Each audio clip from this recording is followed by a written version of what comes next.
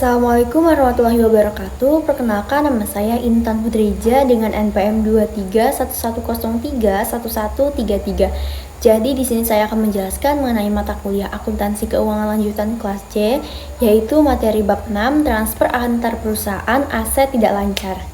Transfer antar perusahaan. Induk perusahaan dan anak-anak perusahaan itu seringkali terlibat dalam berbagai transaksi antara mereka sendiri. Contohnya, pada perusahaan manufaktur, seringkali mempunyai anak perusahaan yang menghasilkan bahan baku atau juga memproduksi komponen yang akan menjadi bagian dari produk perusahaan afiliasi. Transaksi antar perusahaan yang berhubungan dengan ini disebut dengan transfer antar perusahaan atau intercorporate transfer. Selanjutnya terdapat transfer jasa antar perusahaan. Perusahaan yang berelasi tinggi yaitu atau seringkali membeli jasa dari satu perusahaan ke perusahaan lainnya. Jenis jasa antar perusahaan tersebut dapat bermacam-macam, pembelian jasa konsultasi, jasa rekayasa, jasa pemasaran, dan juga jasa pemeliharaan. Contoh jasa yang sering terjadi pada saat perusahaan membeli jasa dari pihak yang berelasi, umumnya pembeli mencatatnya sebagai beban dan juga penjual mencatatnya sebagai pendapatan. Nah, jadi sebagai beban dan penjual, laporan keuangan konsolidasi, beban dan pendapatan tersebut harus dieliminasi. Nah, terdapat gambaran umum mengenal entitas konsolidasi. Jadi yang pertama ini ada eliminasi transfer antar perusahaan. Jadi PSAK 65 yaitu mengenai laporan keuangan konsolidasian menyebutkan saldo antar perusahaan, pembelian dan juga penjualan serta pengeluaran atau beban merupakan contoh dari saldo antar perusahaan dan transaksi yang harus dieliminasi. Tidak adanya perbedaan antara anak perusahaan yang dimiliki penuh dan juga anak perusahaan yang tidak dimiliki penuh sehubungan dengan eliminasi antar perusahaan tersebut. Nah, jadi konsolidasi ini lebih berfokus pada konsep entitas tunggal, bukan presentasi antara kepemilikannya.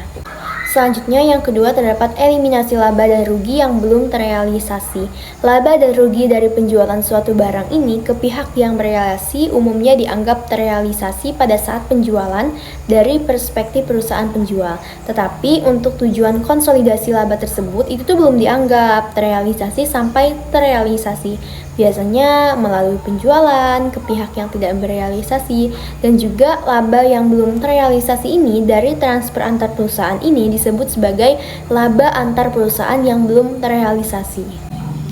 Terdapat contoh juga di figur 6.2 yaitu penjualan antar perusahaan. Di sini terdapat entitas konsolidasi yaitu PT Induk dan juga PT Anak. Nah, di sini di 71 yaitu pembelian pada PT Induk itu senilai 10 juta. Kemudian mendapatkan keuntungan sebesar 5 juta itu dari pembelian 10 juta yaitu penjualan 15 juta, maka mengalami keuntungan sebesar 5 juta. Kemudian pada PT Anak juga keuntungan sebesar 10 juta yaitu dengan penjualan atau pembelian sekitar 15 juta dan juga penjualan senilai 10 juta. Nah, di sini terdapat dilihat mengenai keuntungan sebesar 15 juta dari total PT Induk dan juga PT Anak tersebut. Kemudian di sini terdapat transfer aset berupa tanah yaitu alokasi eliminasi laba belum terrealisasi. Keuntungan atau kerugian dari transfer antar perusahaan ini diakui oleh penjual dan menjadi hak pemegang saham afiliasi tersebut.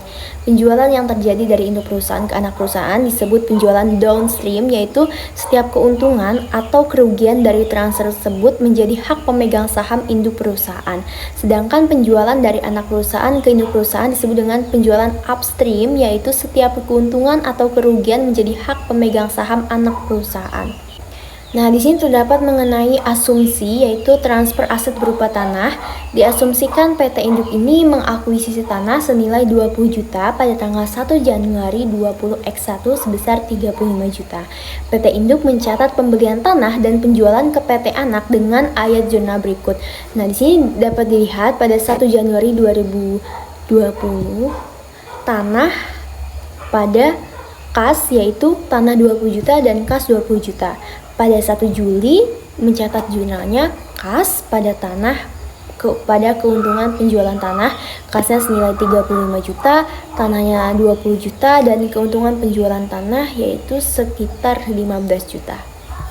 Transfer antar perusahaan berupa aset yang disusutkan. Nah, jadi laba antar perusahaan yang belum terrealisasi dari aset disusutkan ini atau juga belum dianggap akan adanya terrealisasi secara bertahap secara sisa umur ekonomi, aset tersebut itu dengan penggunaan oleh afiliasi pembelinya dalam menghasilkan pendapatan dari pihak non-afiliasi.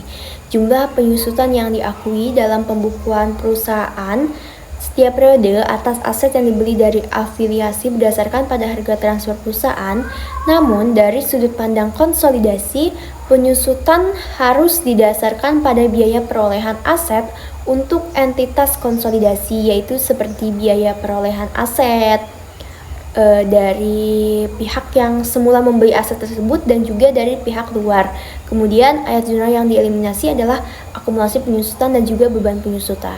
Selanjutnya di situ terdapat perubahan estimasi umur aset setelah transfer. Nah, pada saat aset disusutkan di transfer antar perusahaan ini, perubahan estimasi umur ini akan terjadi. Jadi jika terdapat perubahan estimasi sisa umur aset pada saat disusutkan dan juga pada saat transfer antar perusahaan, maka perlakuannya itu sama dengan jika perubahan tersebut terjadi pada saat aset tersebut itu masih pada pembukuan afiliasi yang mentransfer. Kemudian dapat disimpulkan berdasarkan materi yang telah saya sampaikan bahwa transaksi antar perusahaan yang berhubungan dengan peristiwa yang telah dijelaskan tadi disebut dengan transfer antar perusahaan atau intercorporate transfer. Kemudian ide pokok dari laporan keuangan konsolidasi ini adalah menyajikan aktivitas dari afiliasi konsolidasi seakan-akan perusahaan yang afiliasi itu terpisah merupakan satu perusahaan yang tunggal. Kemudian semua aspek transfer antar perusahaan juga harus dieliminasi dalam penyusunan laporan keuangan konsolidasian sehingga laporan keuangan tersebut itu terlihat seakan-akan merupakan laporan keuangan dari perusahaan tunggal. Sekian yang dapat saya presentasikan, kurang lebihnya saya mohon maaf. Wassalamualaikum warahmatullahi wabarakatuh.